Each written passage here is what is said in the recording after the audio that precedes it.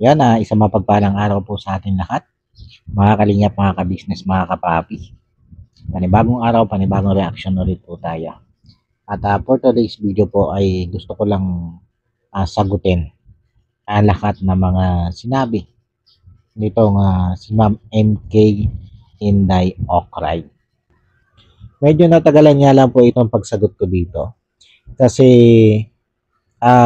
sinika po namin makaalis muna dun sa dati naming bahay bago nga po ako sumagot dito sa mga sinabing ito ni Ma'am MK kasi hindi naman lingid sa inyong lahat na nabanggit doon ni Ma'am MK na kung sakaling sasagot ako ay ipapaalam niya doon sa kapatid no may-ari ng bahay na naipa-vlog ko ng 2 beses yung bahay, yung aming tinitirang bahay. At kung malalaman nyo nung kapatid no may-ari o no may-ari na ipinablog ko yon, automatic po papaalisin ka talaga kami doon. At alam ko po kasi yung takbo ng utak nito si Ma'am MK. Kaya yung sinika po namin na makaalis doon at makapaghanap ng ibang bahay na matutuluyan bago pa man ako sumagot dito sa mga sinabing ito ni Ma'am MK. At least ngayon na nakalipat na kami, wala na siyang may ipanakot sa akin na sasabihin niya doon sa kapatid ng may-ari. Sa ngayon, okay, sabihin mo doon sa kapatid ng may-ari, pumunta ka doon at malaya ka na gawin lahat ng gusto mo. Huwag mo akong takutin. Advance kasi ako mag-isip. Kaya bago mo pa man magawa yung plano mo, ay inunahan na kita. At eto na nga po, mga kalingap, mga ka-business, mga kapapi. Sagutin na po natin itong mga sinabing ito ni Ma'am MK. At siguro yung mga sasagutin ko, yung mga sinabi lang niya patungkol sa akin. Unang-una, ang sinabi niya, Anime, alam mo kung ano yung totoo. Tama ka, Ma'am MK. Alam ko na kung ano nga ba yung totoo. Alam ko naman kung ano yung gusto mong tukuyin. Alam ko na ang gusto mong tukuyin dito ay alam ko yung mga totoong nangyari. Kung bakit ka nagalit, kailan ka business. At ang unang-una mong sinabi sa akin na dahilan ay yung patungkol sa nangyari sa NBI. Na kung tutuusin, itong sinasabi mong patungkol sa nangyari sa NBI ay inilabas mo na rin yan sa iyong live. At in fairness naman, yung mga sinabi mo sa akin na nangyari dun sa NBI ay yun din ang ikunento ni ka-business nung panahong tanungin ko na siya. Nangyari yan, pagtatanong ko kay ka-business sa isang meeting naming mga reactor. At nagtanong kasi doon si ka-business kung anong tingin namin, kung bakit ka nagalit. At sinabi ko na ganito po kasi ka-business. May sinasabi si Ma'am MK na patungkol sa nangyari sa NBI. At doon ipinaliwanag ni ka-business kung ano nga ba yung nangyari. At yung mga ikunento mo sa akin, tama. Yun nga yung nangyari. Kaya lang, may sapat na paliwanag si ka-business kung bakit nangyari yon. Kung bakit nagdalawang isip siya na pumerma doon sa pinapipermahan mo para siya maging witness doon sa ikakaso mo kay Kuya Jonathan. At nung panahon na sinabi mo yun sa akin at inilabas mo dyan sa iyong live, wala pang nagiging pahayag sila ka-business. Kahit sa aming mga reactor. Hindi pa sinasabi sa amin ni ka-business kung ano nga ba yung nangyari doon sa NBI. Kumbaga, ako, sa bahagi ko, ang alam ko pa lang ay kung ano yung mga ikwento mo sa akin. Hanggang doon pa lang ako. At nandun pa ako sa stage nung nagsusuri ako. Sabi ko naman sa iyo dati pa, di ba? Na kahit magkwento ka sa akin, kahit kakilala kita, kahit pasabihin kapatid kita, hindi agad-agad ako maniniwala sa kwento mo hanggat hindi ko nakukuha yung panig ng kabila. Kasi ayaw kong maging one-sided. Yan yung totoo. Ngayon, ang kunento mo sa akin, nung pumunta kayo ng NBI, ay ayaw pumirma ni ka-business bilang isang testigo. Na sabi mo nga, ay bago kayo nagpunta sa NBI, ay nasabi mo na kay ka-business na pipirma siya na sa katunayan ay ikaw ay isang reactor niya, si Jonathan ay beneficiary ni ka-business at si ka-business ang may-ari ng ka-business official. At sa totoo lang, sabi ko nga sa'yo, bago ka umuwi dito sa Pilipinas, nabanggit ko na rin yan kay ka-business. At ang pagkakaunawa ni ka-business ay hanggang doon lang yung magiging papel niya. Yung pagpapatunay lang na beneficiary niya si Jonathan, reactor ka niya, at siya nga yung may-ari ng ka-business official. Hindi naman niya akalain na ibig sabihin pala nun ay magiging testigo na siya laban kay Jonathan.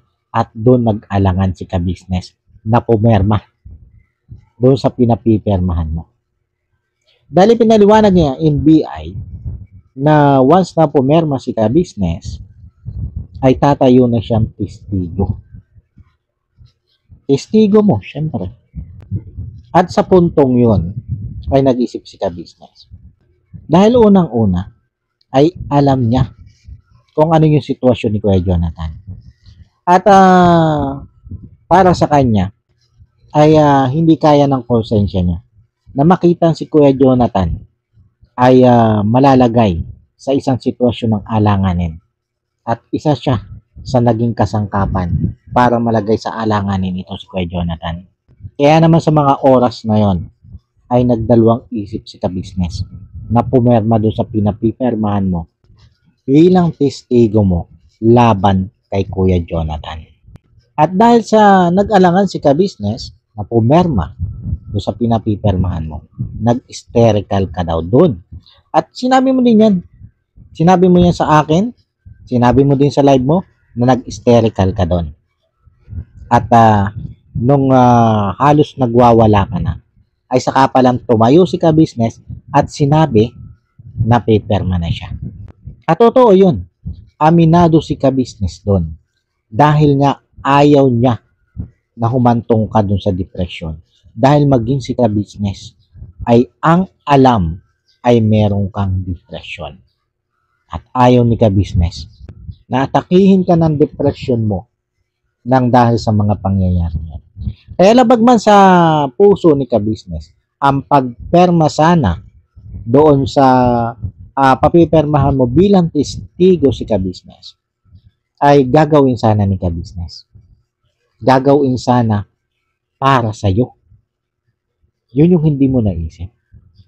Na bagamat nagdalawang isip si ka-business, ay nandun, nakapagpasya siya na pumirma na lang. Dahil ang inaalala niya ay yung kalagayan mo, na ikaw ay may depression. Pero nakiusap si ka-business. Nadalhin nyo na lang sa barangay yung pag-uusap.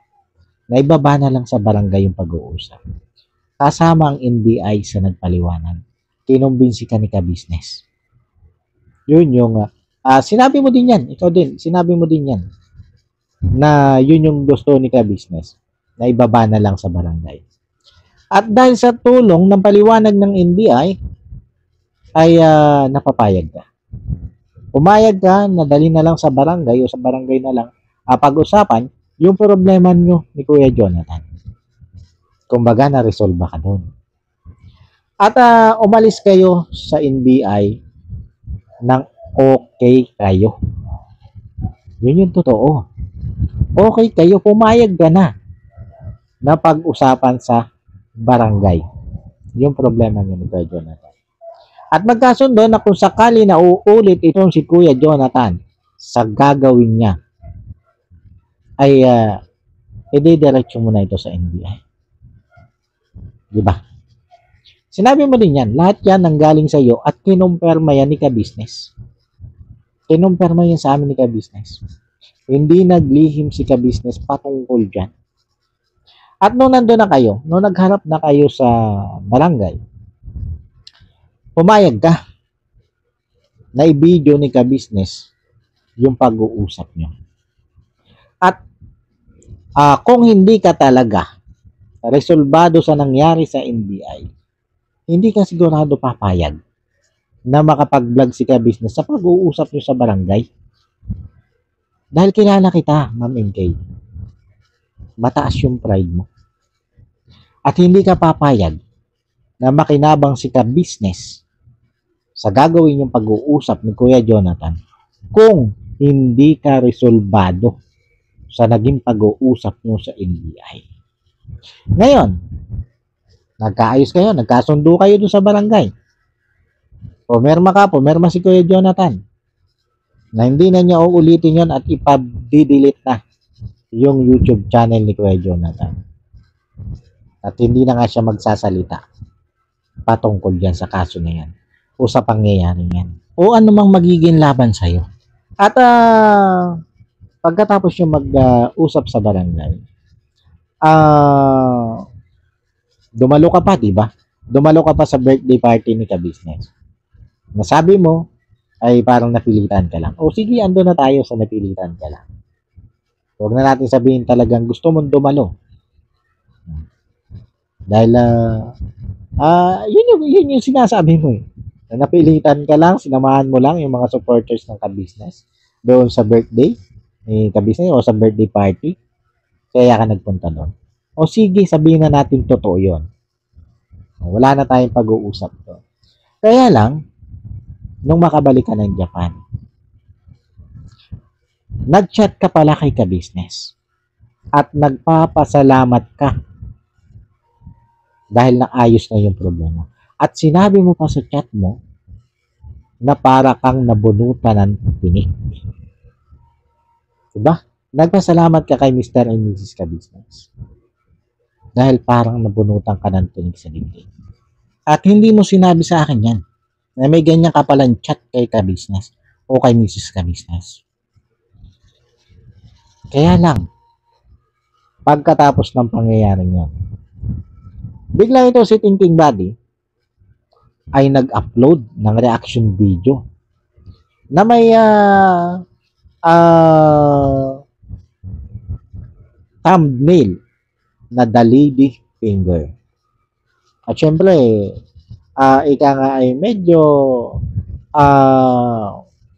kung ika nga ay iisipin mo yung meaning ng The Lady Finger, medyo hindi maganda. At hindi masasabi na yung The Lady Finger ay English sa isang halaman o gulay na okra. Dahil ang totoong English ng okra ay lady's finger. At bagamat may hawig yung lady's finger at the lady finger, halos maghahawig, ay pero mali pa rin. At pwedeng gawaan ng meaning ng lahat ng makakapanood at makakabasa ng thumbnail na yun, yung ibig sabihin ng the lady finger. At ika nga medyo may kalaswaan kung bibigyan ng meaning. Ngayon, nagalit ka kay Thinking Buddy, syempre. Dahil doon sa ginawa niya reaction video patungkol doon. At nasundan pa yan ng pag-interview ni Kuya Renji kay Jonathan. At sinabi ni Jonathan na napilitan lang siyang sabihin yon. Nakasama niya si Kuya Renji doon sa video. Sinabi ni Jonathan niya sa interview ni Kuya Renji. At nang dahil dyan sa mga pangyayari niya, sumiklab lalo ang galit mo. At sabi mo, tutuluyan mo na si Kuya Jonathan. At ididimanda mo din si Kuya Renji at si Thinking Buddy. At alam ko nagawa mo na yun sa ngayon. Alam ko nagawa mo na yan. At kung totoo, sinabi mo din yan sa live mo. Bagamat hindi mo direct ang sinabi, pero may pasarin ka na dyan sa live mo yan na ganun yung mangyayari. Sabi mo nga, hindi ka pa tapos. At babalikan mo si Kuya Jonathan. Sinabi mo mismo yan sa live mo. Tutuluyan mo si Kuya Jonathan. Di ba? At ang isa naging problema nyo ni ka-business. Dahil nung panahon yun, okay ka pa kay ka-business eh. No, nag-reaction si Tinting Buddy at saka in-interview ni Kuya Renji si Kuya Jonathan, okay pa kayo ni ka-business noon. Naging nagkaroon lang ng lamat ang samahan nyo ni ka-business nung si Thinking Buddy ay pumunta kay ka-business para makipagbati. Diba? Nung mapanood mo, nung ma-upload ni ka-business yung pagpunta doon ni Thinking Buddy at napanood mo at nakita mo na nakipagbati si ka-business kay Thinking Buddy, nagalit ka at bigla kang nag-lead doon sa GC. GC na ginawa natin. Kung tutuusin niya, ako yung nag-create nun eh. Pero, syempre, inirespeto kita doon. Dahil ikaw yung nag-atas sa akin na mag-create ng GC na yan. Kaya tinignan ko yun, yung GC na yun, na sayo. Kahit ako yung gumawa. Iginalang kita doon. Ngayon, nang dahil nga dyan sa pakikipagbati ni ka-business kay Thinking Buddy, ay kung ano-ano na naging pasaring mo kay ka-business. Nag-live ka sa sasakyan mo, andun ako sa live mo, may mga pasaring ka na. Diba? May mga pasaring ka na kay ka-business na wala kang pakialam kung makipagbati pa itong sila ka-business kung kanino mang kaibigan niya. Bagamat hindi mo pinangalanan doon si ka-business, pero obvious naman na si ka-business ang tinutukoy mo doon. Diba? At nasundan pa yan ng mga live mo na may mga pasaring ka kay ka-business.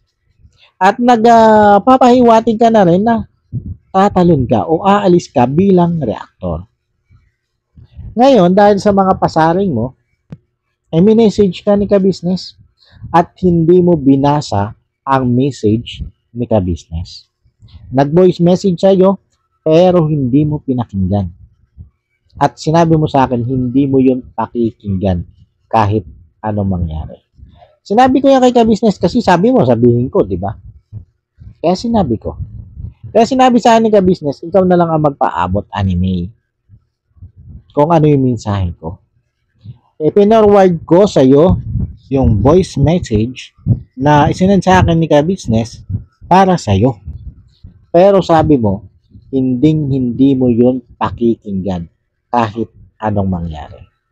Ngayon, nagtuloy-tuloy yung mga pasarin mo kay ka-business. Pero syempre, hindi ka pa rin nagbabanggit doon ng pangalan. At may mga pahiwatig ka na nga na aalis ka na bilang reaktor.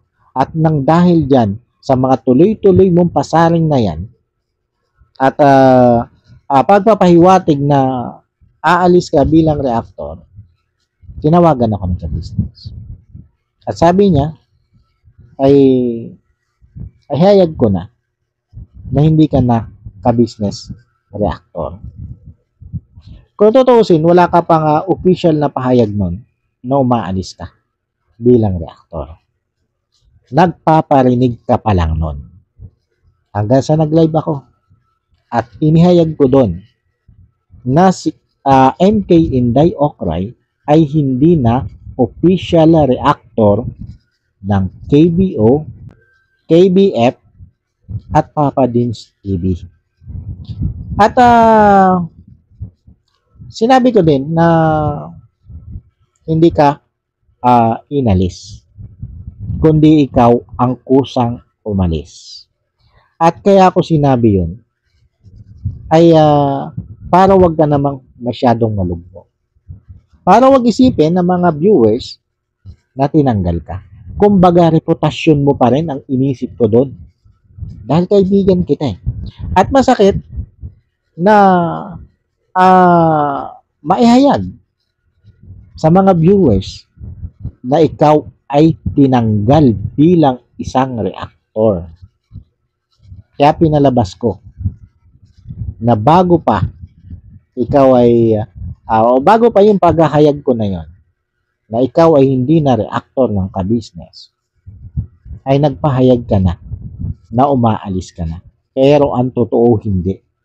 At tinawagan mo pa nga ako eh. At sinabi mo sa akin na hindi ka pa umaalis. Hindi ka pa official na umaalis. Ang sabi ko nga sa iyo noon, di ba? Okay na yan, ma'am. Mas okay na yun. Mas maganda na yun. Na ang lumabas ay umalis ka kaysa sa tinanggal ka.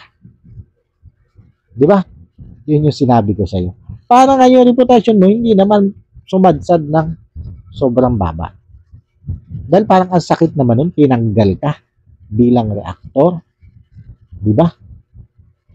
Para sa akin, ang sakit nun. Kaya nga sinabi ko, umalis ka bilang reactor. At nung panahong yun, hindi ko pa nakakausap si ka-business at hindi pa nagpapaliwanag sa amin si ka-business kung ano nga ba talaga yung nangyari nyo sa NBI. Wala pang ganung pahayag sa amin sila ka-business. Kasi hindi pa kami nagmi-meeting noong panahong yun nila ka-business at ang mga kasamahan ko reactor. Wala pa kaming pag-meeting noon. Kaya wala pa kaming alam kung ano nga ba yung paliwanag ni ka-business sa sinasabi mong nangyari sa NBI. Particular ako, yung mga sinabi mo pa lang, yun pa lang yung alam ko. Kaya hindi pa nga ako makapagsabi nun na, ito kasi yung nangyari. Ito yung mga pangyayari. Kaya nga sinasabi ko dun sa live ko, ang tanging may alam lang ng katotohanan sa nangyari sa NBI ay ikaw at sila ka-business. Pero kami mga reactor, hindi namin alam o hindi pa namin alam yung mga pangyayari. Kasi nga, hindi pa nagpapaliwanag si ka-business eh. Kaya yung side mo pa lang, ang alam ko. Kaya nga yung mga nagtanong doon sa live ko na kung saan ay inihayag ko na hindi ka na reactor ng ka-business, yung mga nagtatanong doon na ano ba yung dahilan ng pag-alis ni MK bilang reactor. At isa si Junjun sa nagtanong niyan. At ang naging sagot ko doon ay may nangyari daw kasi sa NBI. Pero sabi ni Junjun ay may mga nagsabi, hindi lang si Junjun, may mga nag-comment doon about doon sa pangyayari pakikipagbati ni Thinking Buddy. Kaya ang sagot ko doon sa mga nagko-comment ay isa lang yun sa dahilan. Isa lang yun sa dahilan yung pangyayari kay Thinking Buddy. Kumbaga, ay nagatungan lang nung pangyayari about Thinking Buddy sa pakikipagbati ni Thinking Buddy kay Laka Business. At dahil sa nagatungan ay lalong sumiklab ang galit mo. At yun yung naging dahilan kung bakit ka nagalit kay Laka Business.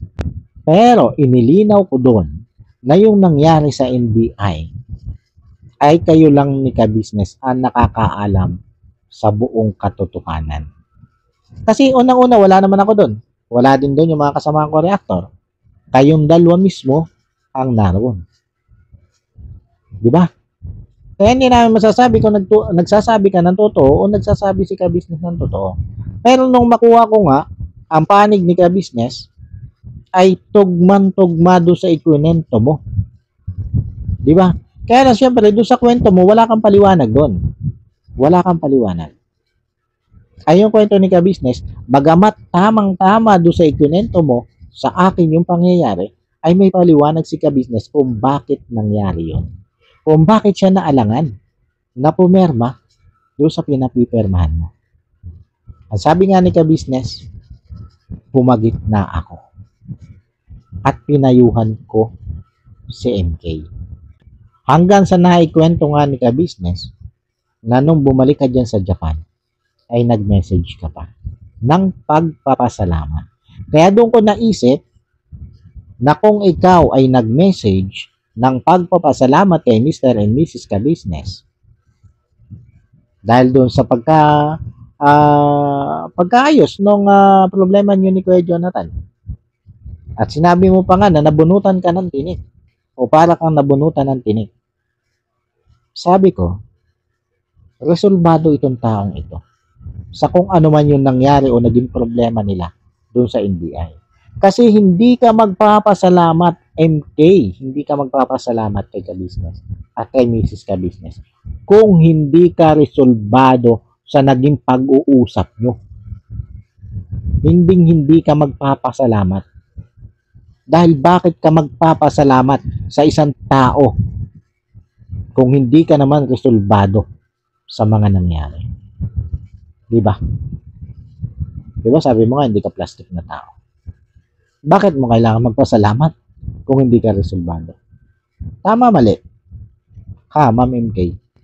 Pero kahit alam ko na yung katotohanan, pinili ko manahimik. Kasi nga, bilang respeto sa'yo, dahil kaibigan kita. At bilang pagtanaw yun ng utang na loob ko sa'yo. Dahil may sinabi din ako, may bintawan din ako salita. Na sa pagitan nyo ni ka-business, papagitna ako. Wala akong kakampihan kahit sino sa inyo. Pero ito mga pinagsasabi mo patungkol sa akin, itong pagsagot ko sa iyong ito, hindi na ito patungkol sa inyong dalawa ni ka-business eh. Patungkol na ito sa ating dalawa. Sabi mo nga, alam ko lahat yung katotohanan eh. At ito na yung katotohanan, inilalabas ko na. Huwag mong sabihin mali itong mga sinasabi ko. Dahil ang malaking katotohanan, Ma'am MK, kung bakit ka naggalit kay ka-business, ay dahil nakipagbati sila ka-business kay Thinking Body. At ang gusto mong mangyari, ay manatiling galit lang sila ka-business kay Thinking Body. Dahil galit ka sa kanya. Dahil kalaban mo si Thinking Body at saka si Renji. Kaya ang gusto mo ay manatiling galit itong sila ka-business dito kay Thinking Body. Lalo na kay Thinking Body. Kasi si Thinking Body nga ang nag-thumbnail ng The Lady Finger. Diba? Ganon kalaki yung galit mo kay Thinking Body. Tama ba? Ma'am MK? Diba yun yung katotohanan? Kasi, inuulit ko, Ma'am MK, hindi ka magpapasalamat kay Mrs. and Mr. Ka-business pagka uwi mo dyan sa Japan kung hindi ka resolbado sa mga pangyayari about kay Kuya Jonathan. Diba? Siguro naman hindi tanga ang mga manonood. Kaya lang siguro yung mga supporters mo na patuloy na naniniwala sa'yo. At ikaw yung pinakinggan. Pero ako kasi, bagamat pinakinggan kita, bagamat kinuha ko yung opinion mo, ay hindi ako nagpadala. Lalo na doon sa isa sa kakampi mo, Eric Aninga. Na alam ko nilalaso niya ang isip mo. Kaya nga sabi ko sa iyo, huwag kang pakatiwala sa taong yan. Kaya yung sinasabihan mo ako, nabatiin ko si Eric Aningat pag nagko-comment sa akin si Eric Aningat, pag binabati ako ni Eric Aningat sa comment section mo, anong sabi ko sa iyo? Hindi ko kaya makipagplastikan kay Eric Aningat kasi wala akong patiwala sa taong yan. Pinag-ingat kita dyan, Ma'am Ingkay. Pinag-ingat kita sa taong yan. Sabi ko, mahirap pagkatiwalaan ang taong yan. At sabi mo sa akin, mag-iingat ka. At hindi mo lubos na pagkakatiwalaan yan. At sabi mo pa nga, yung mga sinasabi ko about Eric Aningat, hindi mo sasabihin kay Eric Aningat. Pero hindi ako naniniwala doon. Alam kong kayang-kaya kang paikutin ni Eric Aningat. At dito sa reaction video kong ito, sasabihin ko lahat ng mga pinag-usapan natin. Wala akong itatago dito, MK. Dahil wala akong kailangang itago. Iisa-isahin ko yan. Kasi para wag ka na mahirapan.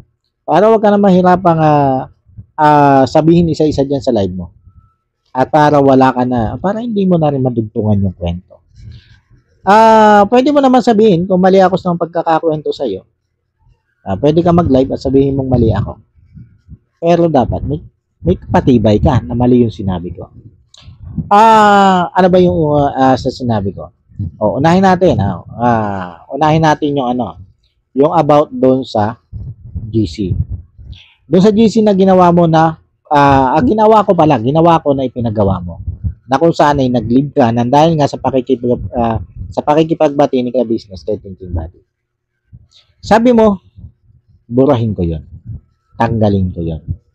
Ngayon, tinanggal ko yon. At nagsuggest si Taong Gala na pagkatanggal ko ng GC na yon, ay magawa ako ng another GC ng mga supporters. At hindi na lang pang OFW. Kumbaga, lahat ng supporters ni ka-business. Ngayon, yung mga member doon sa GC na tinanggal ko, binura ko, inilagay ko doon sa bagong gawan GC. Ngayon, hindi ko akalain na may loyal pala doon sa'yo. At nagsabi na ako'y gumawa ng bagong GC na hindi mo alam. Nagalit ka sa akin noon, tumawag ka.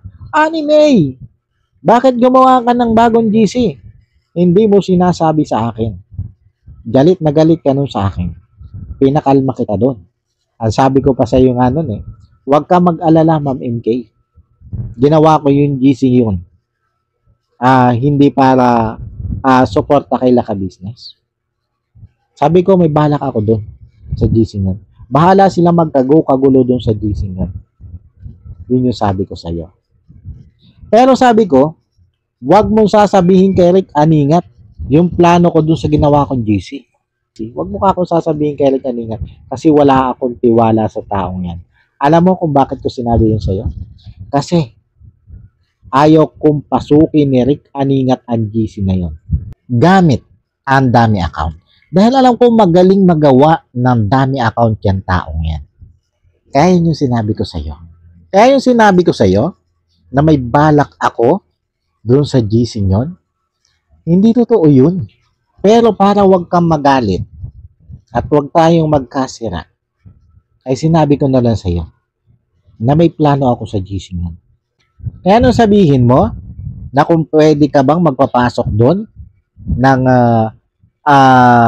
tao mo, ng supporters mo, ng kampi sa'yo, doon sa GC nyon, para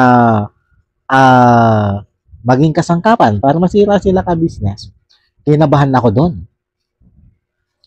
doon. Pero, sinabi ko, sige lang. Magpagawa ka ng mga dami account at pumasok kayo doon. Pero nasa isip ko ng mga oras na yon, ay bakit ko naman i-approve pag may pumasok doon? Bakit ko naman i-add sa GC? Kung sa tingin ko ay dami account. Di ba? Ay napakadali namang malaman kung dami account ang magpapapasok sa GC. Kumbaga, utak-utak lang. Pero bagamat ganun yung plano ko, nag-isip pa rin ako ng dagdag na kasiguruhan.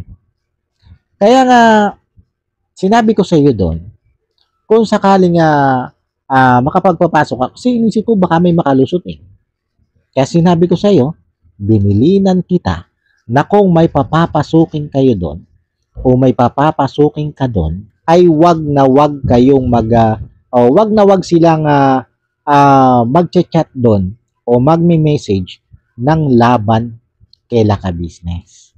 Yun yung sabi ko. Kasi nga, syempre, ayaw ko na mabash sila Laka Business nang dahil dun sa gising ginawa ko. Dahil, kaya ko lang sinabi nga sa iyo yun, lilinawin ko lang, kaya ako sinabi na may balak ako dun sa gising yun para yung pag-i-hysterical mo ay mawala. At ayaw ko kasing masira sana yung pagiging magkaibigan natin. Kasi nga, itinuring na kitang kaibigan At alam ko kung ano yung takbo ng utak mo. Kaya ganyan mga palusot ang ginawa ko para hindi mo ako pagdudahan. At sa totoo lang, Ma'am MK, hindi ko yung ginawa para guyuin ka. Ginawa ko yun para hindi tayo magkagalit, para hindi tayo magkasira. Hindi para lukuhin ka, hindi para guyuin ka. Yun yung totoo. Kasi ako, totoo yung pagiging magkaibigan natin. Kaya lang, ako kasi yung tipo ng tao na kahit yung kaibigan ko o kahit kapatid ko pa, hindi ko yan sasamahan sa mali. Di ba? Hindi ko kayang samahan yan sa mali. Pag alam kong mali, O sige, hindi kita papakialaman kung ayaw mong pakialaman kita, pero hindi din kita sasamahan. Ganun ako. At about nga doon sa GC, ay bakit naman ako gagawa ng GC? Na ako mismo yung admin. Pero, ako yung magiging dahilan ng kasiraan ni ka-business. Hindi ako tanga, Ma'am MK. At tulad nga ng sabi ko kanina, na ginawa ko yung palusot na yun para hindi ka na mag-hysterical. Para tumigil ka doon sa pag-hysterical mo. Kasi alam ko na lahat ng gusto mo ay yung ikababagsak ni ka-business. Kaya yun yung naging palusot ko sa'yo para wag kang magalit. Na may balak ako doon sa GC na yun. Para maniwala ka nga, sabi ko sa'yo eh. Kaya, andun si Tatang Rowel, diba? Sinabi ko yun sa'yo. Tapos, andun din ka ko yung pinasipa mo sa akin. Yan. Para maniwala ka kasi alam ko may tao ka sa loob ng GC. Kaya yung sinabi ko sa'yo, alam kong magre-report yan tao mo. Kaya nagbigay ako ng ilang makatotohanang impormasyon para wag mo akong pagdudahan. Kasi nga ayaw ko na magkaroon tayo ng hindi pagkakaunawaan. Kasi malaki yung malaki yung utang na loob ko sa iyo eh. Tumatanaw ako ng malaking utang na loob sa iyo gawa nung ginawa mo sa akin tulong nung panahong nasa ospital ako. Kahit pa sabihin hindi ko hiningi yan sa iyo, ay tumatanaw pa rin ako ng utang na loob kasi tinulungan mo ako nang wala akong hinihingin tulong sa iyo. Kaya kung tutusin, ayaw ko talaga na magkakaroon tayo ng problema. Kaya sinasang-ayunan kita sa mga ginagawa mo. Bagamat hindi kita kinakampihan, ay umuoo na lang ako sa mga gusto mong mangyari. Di ba? Kaya nga alam kong halos kinukunan mo ako ng impormasyon tungkol kay ka-business. Halimbawa, katulad na lang ng pagbababa ni ka-business, kung sino yung re-reaction na natin, yung pakikisuyo ni ka-business, yung pagbibilid, kung sino yung re-reaction na natin. Alam ko kinukuhanan mo ako doon ng impormasyon. Kaya ang sabi ko sa iyo, mag-backread ka na lang sa GC. At si ka-business, hindi yan nagbubura kung ano man yung ibinaba niya dun sa GC. Sabi mo sa akin, katulad halimbawa ng pagmumura ni ka-business, grabe magmura yan. Sabi ko sa iyo, oo, meron doon sa GC. Nakapagbaba si ka-business doon, na nakapagmura siya sa sobra niyang galit. Sinabi ko yan sa iyo. Kaya sabi ko sa iyo, doon ka na lang sa GC kumuha ng mga ganyang informasyon. Kasi nga, ayaw kong sa bibig ko manggagaling yan.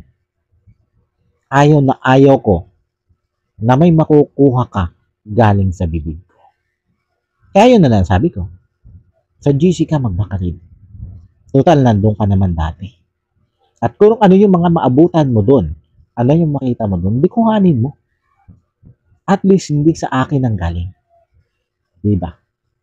At ito pa. Maaari kasing ang alam ko na ilabas mo na rin ito sa live mo eh. Yung about dun sa napagkwentuhan natin na hindi lahat ng pumupunta kay ka-business ay nabibigyan ng tulong nila ka-business. Totoo yan. At yan ay nasa vlog ni Wakiwak at ni ka-business. Ngayon, bakit? Ganito yan. Hindi lahat kasi ng pumupunta dyan kay ka-business ay pasok sa criteria nila para tulungan. Dahil alam naman natin na ang criteria ni ka-business para tumulong ay PWD, senior citizen, at mga single mom and single dad o single parent. At pag hindi sila pasok sa criteria at nakita ni ka-business na malakas pa itong tao na ito at sa tingin ni ka-business hindi pa naman talaga kailangan nito ng tulong, ay si Ate Vera ang pinapalabas ni ka-business. At pinabibigyan na lang ng pamasahe yung tao. May paliwanag yan ni ka-business sa kanyang live. Kasi, ang paliwanag din ni ka-business, kung haharapin nila yung tao Tapos hindi din naman nila bibigyan ng tulong o hindi nila mabibigyan ng tulong. Ayaw kasi nilang magpaasa. Yun yung katwiran dyan ni ka-business. Na tama naman. Bakit mo haharapin yung tao? 'Di ba? Kung hindi mo din naman maiibigay yung gusto niya. Kaya ang ginagawa nga ni ka-business, si Ate Vera na lang ang pinahaharap. Ganun yun. Kumbaga, nasa vlog yun. Nasa vlog ni ka-business yun. Kaya isa nga dyan na naikwento ko sa iyo ay yung lumapit sa akin. Totoo yun. Nag-chat din sa akin yun. Nag-message sa akin yun. Nagaling siya doon kay Laka Business at hindi siya nabigyan ng tulong. Pero yung tao kasi yun, bago pumunta doon, hindi yun nag-message sa akin. At hindi din siya nag-message kay Laka Business. Ay malinaw naman sa bili ni Ka Business na bago pumunta doon, ay kailangan mo nang mag-message. Kahit sa akin man lang. Kaya hindi alam nila Ka Business kung ano talaga yung kalagayan ng taong yun, nung panahon yun. Kaya sila Ate Vera lang o si Ate Vera lang ang pinaharap ni Ka Business doon sa taong sinasabi kong yun. At pinabigyan na lang ni Ka Business ng pamasahe. Yun na lang ang ginawa ni Ka Business. Pinabigyan na lang ng pamasahe kasi syempre, namasahe yung tao papunta doon eh. At sabi ko nga, ang lahat ng yan ay naipaliwanag ni Ka Business sa vlog. Ay kaya alam, nung panahon kasi yun, hindi ka na nanonood ng vlog ni Ka Business eh. Kasi nga, galit ka. Kahit nga yung kay Boss Waki, hindi mo napanood eh. Na may ganun palang vlog si Boss Waki na nagpapaliwanag about doon sa mga hindi na bibigyan ng tulong na pumupunta dyan kay Laka Business. Ano pa ba? Ano pa ba yung mga naikwento ko sa iyo? Ayun pa tungkol pala doon sa pag-i-sponsor o pagbibigay ni Ma'am Nerissa ng bigas para doon sa mga nabahaan sa Davao na naibigay ni Ka Business, hindi naman doon sa mga nabahaan. Kundi na ipamigay yun ni Ka Business doon sa pag-meet and greet nila. Doon sa mga dumalo doon sa meet and greet. At yung mga nabigyan naman nila Ka Business doon, ay deserve naman nilang makatanggap ng tulong. Yun yung mahalaga doon. At kaya ako naman nabanggit yan sa'yo, ay dahil doon sa pagko-complain mo, patungkol doon sa mga ibinigay mong bigas kay Laka Business. Ang sabi mo, bakit doon sa mga beneficiary ni Ka Business binigay? Ay hindi naman yun bilin mo. Kaya sabi ko sa'yo, may nangyari din ganun kay Ma'am Nerissa. Na yun nga patungkol doon sa pinaabot ni Ma'am Nerissa na bigas din, pambili din ng bigas. Para naman doon sa mga nabahaan sa Davao, ay hindi din doon na ibigay. Kundi doon sa meet and greet nga na ipamahagi ni Ka Business. Kumbaga, same lang. Same lang ng pangyayari. Yung nangyari sa iyo at sa nangyari doon sa paabot ni Ma'am Nerissa. Pero kasi, kung ikaw ay isang sponsor na ika nga medyo malawak-lawak ang kaisipan, kahit sampayan ibigay ni Ka Business, ang mahalaga ay naipamahagi yan ni Ka Business. Naipamigay, hindi sinarili. Yun yung mahalaga doon. Tapos, may sinabi ka pa, yung about doon sa 1,000 na pinaabot mo para kay Ate Kayla. Sabi mo, hindi na i-vlog ni Papa Deans. Hindi yun na isama sa vlog. Kaya sabi ko sa iyo, may ganyan din pangyayari kay Cyclops naman. Na may ipinaabot si Ma'am Nerissa kay Cyclops na hindi din na-vlog nitong si Ka Business. Pero sabi ko doon, ay baka kaya hindi na-vlog nila Ka Business yung patungkol doon kay Cyclops. Ay kasi nga, wala na si Cyclops kina Ka Business. Yan yung pagkakasabi ko sa iyo dyan. Tapos si Ma'am Nerissa, binala kanyang kausapin. Kasi naguguluhan si Ma'am Nerissa kung ano nga ba yung ikinagagalit mo kay Laka Business. Ngayon kasi, si Ma'am Nerissa, sumusuporta na yun sa'yo. At ang gusto sana ni Ma'am Nerissa ay yung maging okay ulit kayo ni Ka Business. Kaya gusto ka sana niyang kausapin at itanong sa'yo kung ano nga ba yung totoong nangyari. Ngayon, sabi mo doon sa live mo ay i-message ka na lang ni Ma'am Nerissa. Hanapin na lang yung FB mo. Ngayon, hindi ka mahanap ni Ma'am Nerissa. Kaya sabi ni Ma'am Nerissa, Anime, Sabihin mo kay MK, ay siya na lang yung tumawag sa akin. Pero sabi mo sa akin, ako na lang yung magkwento kay Ma'am Nerissa kung ano ba yung sinasabi mong dahilan ng pag-aaway nyo ni Ka-Business. Nung panahong yan, hindi pa nagpapaliwanag niya si Ka-Business. At tanging side mo lang ang alam ko. Yun lang. Side mo pa lang ang alam ko. Ngayon, kung ano yung mga ikunento mo sa akin, ikunento ko din kay Ma'am Nerissa. At sabi nga ni Ma'am Nerissa, ay mag-o-observe siya. Kung totoo nga ba yung sinasabi mo, o-obserbahan niya. At sinabi ko din yun sa'yo, na si Ma'am Nerissa ay mag-o-observe sa'yo at kay Ka-Business kung sino nga ba yung nagsasabi sa inyo ng totoo. Dahil si Ma'am Nerissa, solid Ka-Business yan. Bago pa yan napapunta sa akin. At hindi niya kayang bitawan sila Ka-Business ng dahil lang sa mga sinabi mo. O doon sa mga, yung mga pinagsasabi mo nga, na ikunento ko din kay Ma'am Nerissa. Kaya sabi ni Ma'am Nerissa, anime mag-o-observe ako.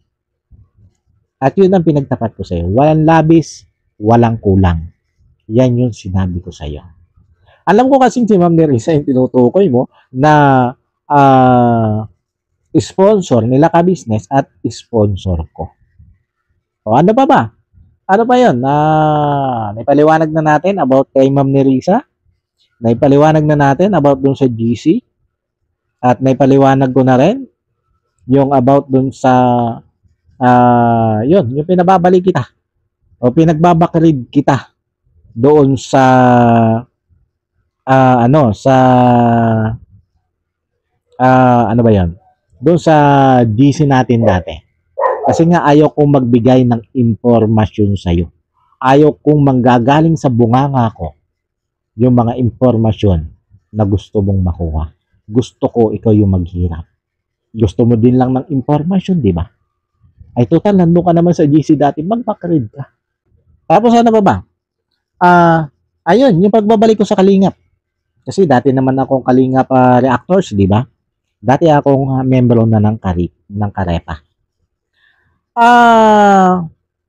Kahit ako ay admin ng Reactors ng Ka-Business, nagpasya akong bumalik sa Karepa. Kasi alam mo, kung ano yung dahilan ko, sinabi ko yan sa'yo. Gusto kong umangat sa pagitan yung dalawa ni Ka-Business. Kung sakali na magkabanggaan kayo. Kung sakaling lumaki yung banggaan nyo, gusto kong umangat kasi ayaw ko nga na may kakampihan sa inyong dalawa. Yun yung pagkakasabi ko sa'yo. Pero sinabi ko din sa'yo na magpapatuloy pa rin ako ng pagre-reaction kay Ka-Business, pero good vibes na. At priority kong i-reaction si Kuya Bong. At naging tapat ako sa iyo dyan. Dahil si Kuya Bong lang talaga ang nire-reactionan ko noon. Diba? Kaya lang, ito yung kaibigan mo Kung ano-anong pinagsasabi kay Kuya Bong. At pinagpustahanan pa si Kuya Bong. Pero ang unang reaction ko dyan sa kaibigan mo, dyan sa bago mong kaibigan, pagpapayo. Hindi ko siya binira doon. Pinayuhan ko siya na wag naman. Kung galit ka kay Ka-Business, wag mong idamay si Kuya Bong. At ang gawin na lang niyang content ay yung makabubuti ba? Yung hindi paninira, yung hindi pagpapasaring, hindi pagpaparinig. At least pagka ganun yung content niya, ay mababawasan yung basyo niya. At maaaring yung mga galit sa kanya ay magustuhan na rin siya. Kung puro pagpapayo ng maganda kay Kuya Bong, yun laman ang content niya. Hindi ko siya binira doon, Ma'am MK. Pero, tuloy-tuloy sa pagpapasaring yung kaibigan mo. Kaya naman, itinuloy-tuloy ko din yung pagre-reaction sa kanya. Pero wala ako doon binanggit na ni isang salitang below the belt. Wala. May mga kasama pa rin pagpapayo yung mga reaction ko sa kanya. At sinagot ko lang yung mga ikangay mapanira niyang sinasabi about Ka-Business. Sinagot ko lang yun dahil alam ko kung ano yung mga pangyayari. Kahit naman papaano may alam ako dyan. Kasi nga, kaya nagkaroon ako ng alam sa mga pangyayari kasi nakakausap nga namin mga reactor ng private si ka-business, di ba? Alam mo naman yan eh. At naiiparinig ni ka-business sa amin kung ano yung mga iba pang conversation ng ex-girlfriend ni Kuya Bong na kaibigan mo sa ngayon at nila ka-business. Naiiparinig nila yan yung mga conversation nila na hindi na isama sa vlog. Kaya may kaalaman kami patungkol dyan. Yun. At bilang mga reactor, kailangan naming malaman yun para maging tama ang aming tema ng pagre-reaction. Diba? At yun naman, kung tutuusin, walang problema doon. Walang sabit doon sila ka-business. Kasi, naipaalam nila yon dyan sa ex-girlfriend ni Kuya Bong na i-upload yung mga pag-uusap na yun. Kaya lang, dahil nga ayaw nila ka-business na masira na reputasyon nitong ex-girlfriend ni Kuya Bong, hindi na nila yun ini-upload. Mas minabuti na nila na hindi na i-upload yung mga pag-uusap na yun. At iningatan na lang nila. Yun yung dahilan. Kaya kahit ipinarinig sa amin ni ka-business, yung mga pag-uusap na nitong ex ni Kuya Bong at nila ka-business, walang sabit sila ka-business doon. Kasi may pahintulot ang ex-girlfriend ni Kuya Bong na i-public yun. I-post sa channel ni ka-business. Kasi baka sabihin mo, bakit yan ipinarinig sa inyo ni ka-business? Ay private message yan. Hindi. Dapat naka-vlog yun. Hindi na lang ini-upload nila ka-business. Hindi naman na ika nga ay tanga sila ka-business para iparinig yun sa amin kung hindi pwedeng iparinig. Kasi alam din naman nila ka-business ang patungkol sa batas na anti-wiretapping law. Kaya hindi nila basta-basta iparinig yan. At alam din nila ka-business na pag private ay private. At pag yan ay inilabas mo sa public nang walang pahintulot, yung iyong kausap sa private message ay pwede kang mabalikan. Pwede kang ireklamo. Pero, depende pa rin yun. Kasi kung sumagot lang naman, yung naglabas ng patungkol sa private yung pag-uusap, kung sinagot ka lang, ay okay lang yun. Wala pa rin problema yun. Kasi sumagot siya. Naglinaw siya. Lalo kung halimbawa kayo ang unang naglabas nun. Kumbaga, ginamit lang yung patungkol doon sa private message nyo bilang pagpapatotoo. Lalo na nga kung pareho kayong influencer at sinisira na yung reputasyon mo. Pwede ka na sumagot yan. Diba, Ma'am MK? Tapos yung sinasabi mo, na ikaw yung nagtimbre sa akin, na hindi ako pwedeng kasuhan kasi PWD ako. Naku, pinapalakas mo na yung loob ko. FYI, Ma'am MK. Bago natin napag-usapan yan, o kaya natin napag-usapan yan, kasi ikunento ko sa'yo, na itong si Rick Aningat ay nag-comment sa isang video ko. At ang sinasabi nga niya ay antayin ko yung supina na ipapadala sa akin. Di ba? Ginawa niyan. I-comment ni Rick at sinagot ko yun. Nasabi ko dun sa sagot ko ay sige, pwede naman tayo magharap kahit saan. Basta padala mo ako dito ng ambulansya at isang ika nga maalam sa medical dahil hindi na ako pwedeng magbiyahe ng malayo. Lalo na kung hindi sakay sa ambulansya. Kasi nga sa kalagayan ko, 'di ba? Hindi ko na kayang magbiyahe ng ganun kalayo. Pero handa ako na harapin si Rick Aningat kahit saan. Yan yung sabi ko dun sa comment. Kuwinento ko yan sa'yo.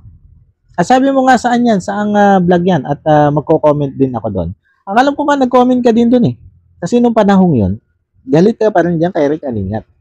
At hindi pa sira sa'yo, ito sila ka-business. Diba? At sabi mo sa akin, totoo yun anime. Totoo yun. Kumbaga, sinang-ayunan mo lang ako. Kaya maling-mali yung sinasabi mo na ikaw ang nag-inform sa akin yan. Maling-mali yun. Dahil ako, kahit naman pa paano, may alam naman ako sa batas, Ma'am MK, hindi naman ako ganun kabobo. Na oo, baka nga mas marami kang alam sa akin at mas marami kang karanasan sa pagdating niya sa batas. Pero hindi naman ako ganun kabobo para hindi ko malaman ang mga bagay na yan. Kaya wag mo naman masyadong angkinin ang lahat para magmukha kang matalino. Diba? Para magmukha kang ikaw lang yung may alam. Wag mong angkinin lahat, Ma'am MK. Tapos doon sa sinasabi mong nagtraidor, ako sa'yo, talikuran, kailan kita traidor? Dahil doon sa sinasabi mong, ang banggit ko doon sa live ko ay ninyo. Nyo? Ganun ba? Kayo? Ay alangin naman sabihin ko siya. Ay dalawang tao ang pinatutukuyan ko doon. Si Rick Aningat at saka itong si Clarissa. Kaya ninyo. Kayo. Hindi siya. Diba? Pero minsan, kahit dulo ng pangalan mo, hindi ko nabanggit doon. Maging doon nga sa mga comment eh. Pag pinababasa ko kay Bebang, pinapaiwasan kong banggitin yung pangalan mo. Diba? At doon sa naging live interview ko kay Ka-Business, hindi set up yun. Ako mismo ang kumontak kay Ka-Business. At hindi ka din kasama sa topic namin doon. Hindi ka kasama. Ang topic lang namin doon ay si Clarissa at si Rick Aningat. Sumingit ka lang, kaya ka nadamay.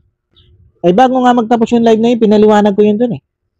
Na hindi namin topic dito si Ma'am MK. Ang topic lang namin dito ay si Rick Aningat at saka si Clarissa. Ipinaliwanag ko yun doon. Kaya kung tutuusin, kung hindi ka sumingit doon, hindi ka madadamay, ma'am. At huwag mo akong sabihin ako'y traidor. Dahil ni minsan hindi kita traidor.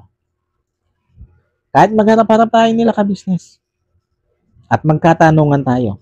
Tanungin mo sila Ka-Business. Kahit saan tayo magharap. Kahit pa sa hukuman, o saan man yan.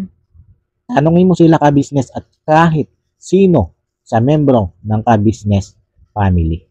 Kung ni isa ba ay may nabanggit ako sa mga napag-usapan natin private kay Ka-Business. Kahit isa lang. Di ba? Kahit isa lang doon. Kung may nabanggit ako. Kaya paano kita traidor? Sa banda kita traidor doon, Ma'am MK. Paano kita traidor? Hanggang sa ngayon, wala ni isa akong binabanggit kay Ka-Business about sa mga napag-usapan natin private. Ganon kasi ako katapat na kaibigan.